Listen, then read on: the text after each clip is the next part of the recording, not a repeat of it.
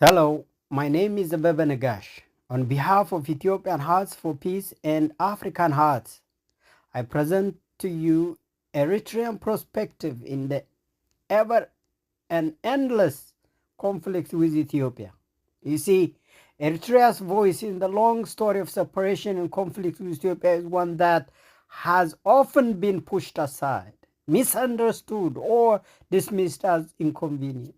Yet, if peace is not if peace is to be found, their perspective must be fully heard. Because without hearing both sides, no reconciliation will stand. Eritreans trace their claim to sovereignty back to history itself. Unlike Ethiopia, which fought for foreign domination but never fell to colonization, Eritrea was under Italian rule beginning in the late 19th century. Ethiopia couldn't win all wars in Eritrean land. The Italians imposed their system, built infrastructure, and left scars of division that remained long after their defeat in World War II. When Italy fell, Eritrea did not simply flow back to Ethiopian arms. Instead, the world debated its fate. In 1952, the United Nations decided to federate Eritrea with Ethiopia, recognizing its distinct identity but trying it to Ethiopia under one crown. Eritreans accepted this compromise at first, but soon saw it stripped away. By 1962, Emperor Haile Selassie forcibly annexed Eritrea, dissolved its parliament, and treated it as a province. For Eritreans, this was not unity, it was occupation. That act ignited a 30-year war of independence, one of the longest and bloodiest struggles in modern Africa. When the Derg overthrew Haile Selassie in 1974, Eritreans continue their fight against this new Marxist-Leninist military regime. The Eritrean People's Liberation Front, EPLF, fought side by side with Ethiopia's Tigray People Liberation Front, TPLF, to topple the Derg. Yet Eritreans always made it clear their struggle was not for reforming within Ethiopia, but for independence from it. By 1991, the Derg collapsed, and Eritrean fighters entered Asmara victorious. 2 years later, in 1993, Eritreans voted in a United Nations supervised referendum. The outcome was overwhelming. 99.8% chose independence. The world recognized Eritrea as a sovereign state, and even Ethiopia's transitional government, led by the TPLF-dominated EPRDF, under the late Prime Minister Meles Zenawi, accepted the result. But the acceptance was fragile, and beneath it lay deep bitterness in Ethiopia. Some Ethiopians argued that the referendum was a betrayal, that they were not consulted, and that Eritrea's independence robbed Ethiopia of its coastline. Eritreans countered that international law and the African Union Foundation principles is clear. Colonial boundaries must be respected. If other African states, even those with artificial colonial borders, could retain their sovereignty, why should Eritrea be denied? If Eritrea were not recognized, then the very principle of African independence based on colonial borders would collapse, leading to endless chaos across the continent. To take Eritrea's sovereignty away now would be to unravel Africa's hard-won stability. Ethiopians often raise the question of access to the sea. Eritreans respond with a simple truth. Geography cannot be changed.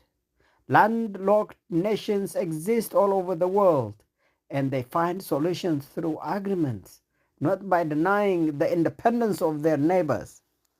Ethiopia had access to Assab and Mzua through Eritrean ports in the early years of independence, but relations soured after disputes over currency and trade rules.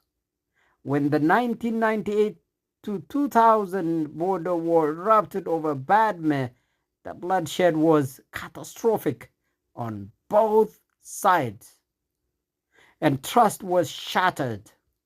Yet for Eritreans, this war was not about ports or sea access, but about sovereignty and dignity.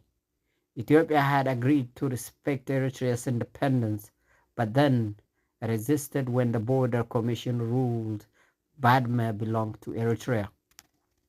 For nearly 2 decades, Ethiopia refused to implement the Algiers Agreement and the verdict of the Eritrea-Ethiopia Boundary Commission, even though it was legally binding and backed by the United Nations. Eritreans see this refusal as proof that Ethiopia's leadership never truly accepted their independence in practice. Another accusation Eritrea faces is that it trains Ethiopian opposition groups to destabilize Ethiopia. Eritreans reply that Ethiopia itself has long meddled in Eritrea's affair, supporting dissent and trying to isolate Asmara from the world. When Ethiopia allies with Sudan, Egypt, or Somalia against Eritrea, Ethiopian Eritreans see it as hypocritical to accuse them of interference. The Horn of Africa is a region where alliances shift constantly. Yesterday's enemy becomes today's friend. Eritrea argues that they are unfairly painted as the spoiler, when in reality they are acting not different from Ethiopia or any other state protecting its survival. Eritreans also hear Ethiopian voice calling them a chokehold, claiming Eritrea blocks Ethiopia's natural right to the sea. Yet, Eritreans remind the world that no country has a natural right to another country's land or ports. Rights are negotiated, not imposed. Just as Ethiopia has the right to control its own territory, Eritrea has the right to control its own coastline.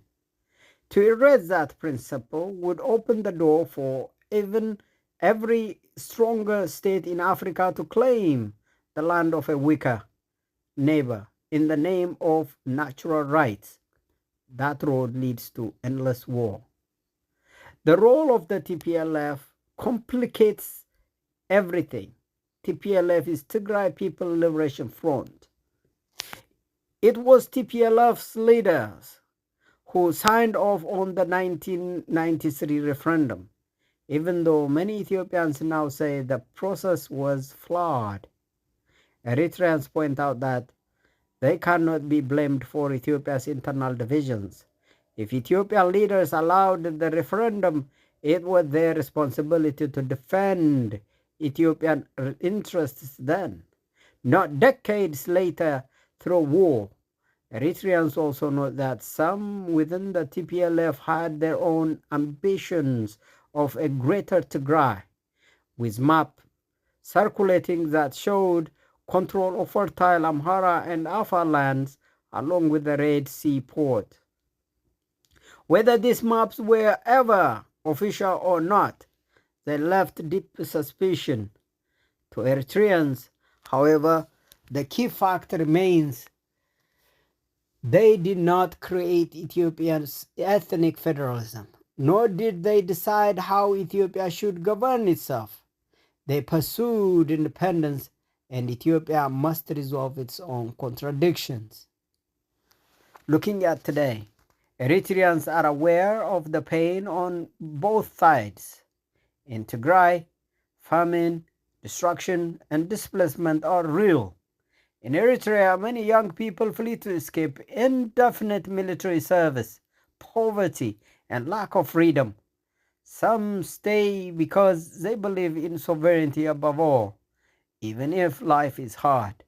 The tragedy is that both nations, tied by blood and history, continue to bleed each other dry while outsiders wait to exploit the situation. Eritreans raise provocative questions that the world must consider.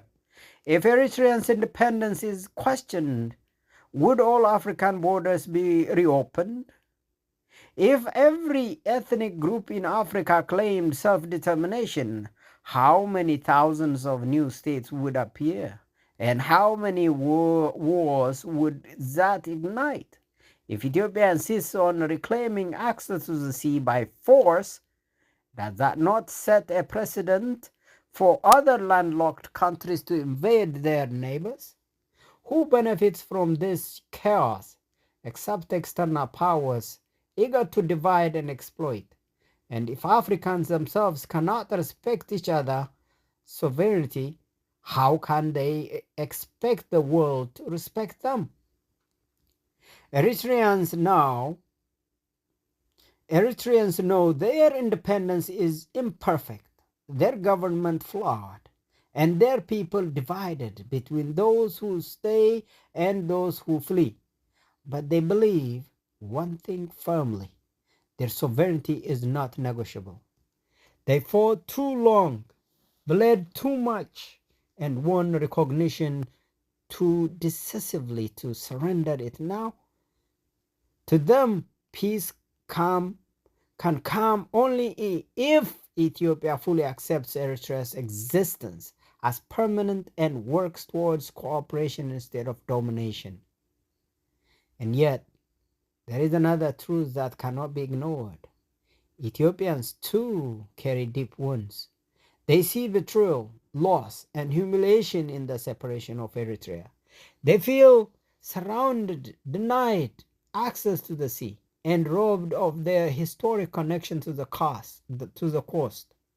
They are struggling with poverty, inflation, displacement, and internal ethnic conflicts that make them question the very survival of their state. In this sense, both Eritreans and Ethiopians are victims of history and politics bigger than themselves. As a truth seeker, I cannot ignore the suffering of either side. Eritrea deserves its sovereignty, protected by international law and the principles of colonial boundaries. Ethiopia deserves respect for its struggles and a peaceful way to access trade and development through agreements, not war. Both nations have been caught in nearly a century of direct and indirect conflict, from the colonial era to the present. At times, Eritreans fought alongside colonizers against Ethiopians. At other times, they fought alongside Ethiopians against the Derg. Blood has been spilled in every possible direction, and it has to stop. The lesson is that chewing on historical pain only multiplies pain.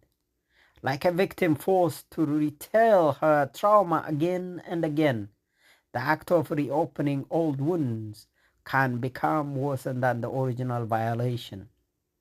The people of Eritrea and Ethiopia need to find a way to honor their past without becoming prisoners of it.